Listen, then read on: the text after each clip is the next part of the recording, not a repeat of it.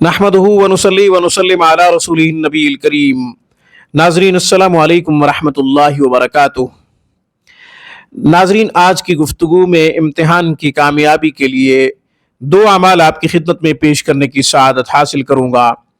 ये बताऊँगा कि ये दो अमाल आपने कैसे करने हैं, कब करने हैं, इनका वक़्त क्या है, ये दोनों अमाल का तरीका क्या है, इंशाअल्लाह तफसील के साथ बताऊंगा। गौर से सुनिएगा, समझिएगा। जो तलबा व तालिबात यूनिवर्सिटियों के हैं, कॉलेजेस के हैं, या स्कूल्स के या मदारिस के, ये दोनों अमाल गौर से सुने।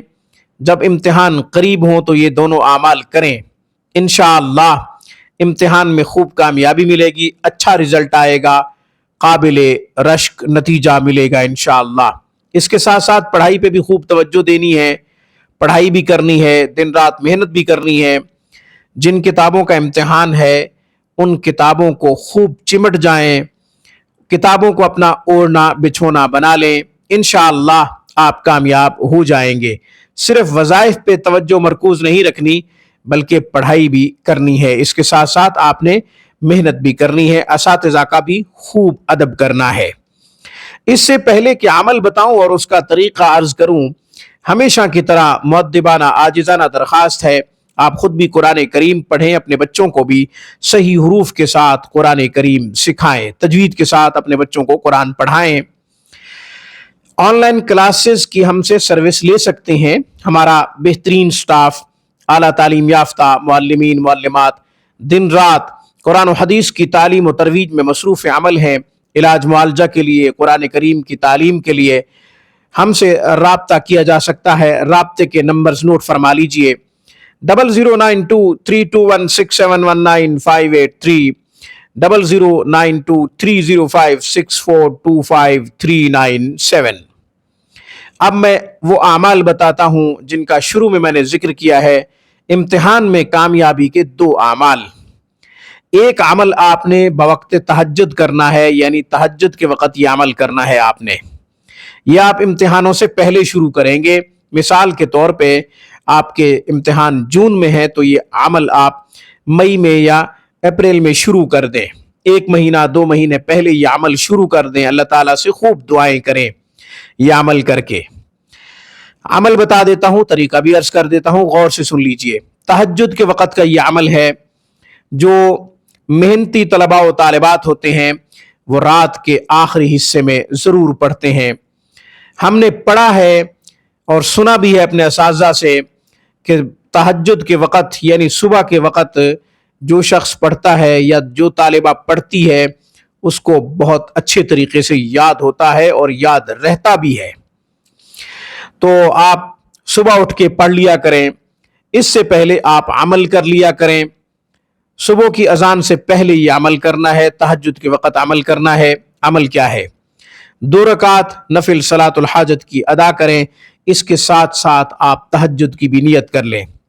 2 रकात नफिल होगी, 2 नियतें आप कर लेंगे।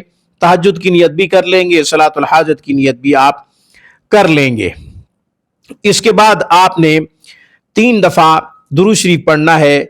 सूरह दुरूद शरीफ दुरूद इब्राहिमी पढ़ना है आपने, माफ़ कीजिएगा, दुरूद इब्राहिमी पढ़ना है 3 दफ़ा। इसके बाद आपने पढ़ना है ला इलाहा इल्लल्लाह वहदहु ला शरीका लह, लहुल मुल्कु व लहुल हम्दु व हुवा अला कुल्लि शैइन क़दीर, व सुब्हानल्लाहि वल्हम्दुलिल्लाहि व ला इलाहा इल्लल्लाह वल्लाहु अकबर, व ला हौला व ला कुव्वता इल्ला बिल्लाहिल अलिय्यिल अज़ीम।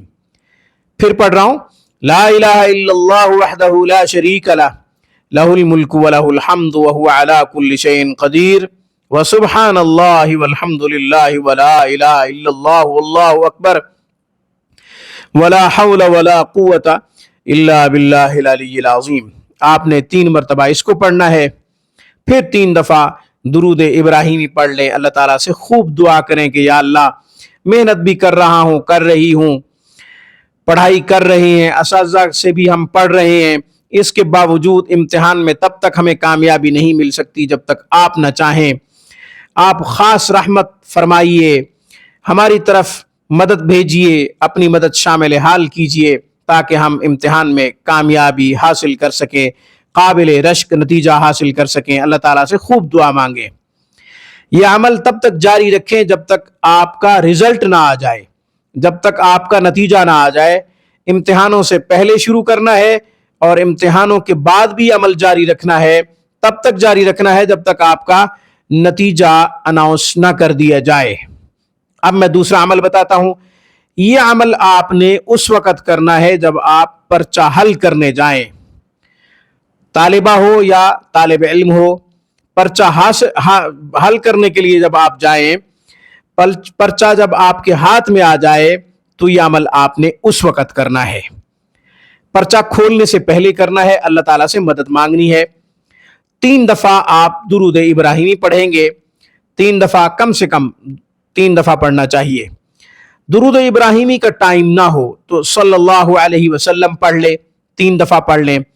اس کے بعد آپ 3 دفعہ یہ دعا پڑھ لیں، رب یسر ولا تعسر وتممہ بالخیر، رب یسر ولا تعسر وتممہ بالخیر، وبک نستعین کا اضافہ بھی کر سکتے ہیں، رب یسر ولا تعسر وتممہ بالخیر۔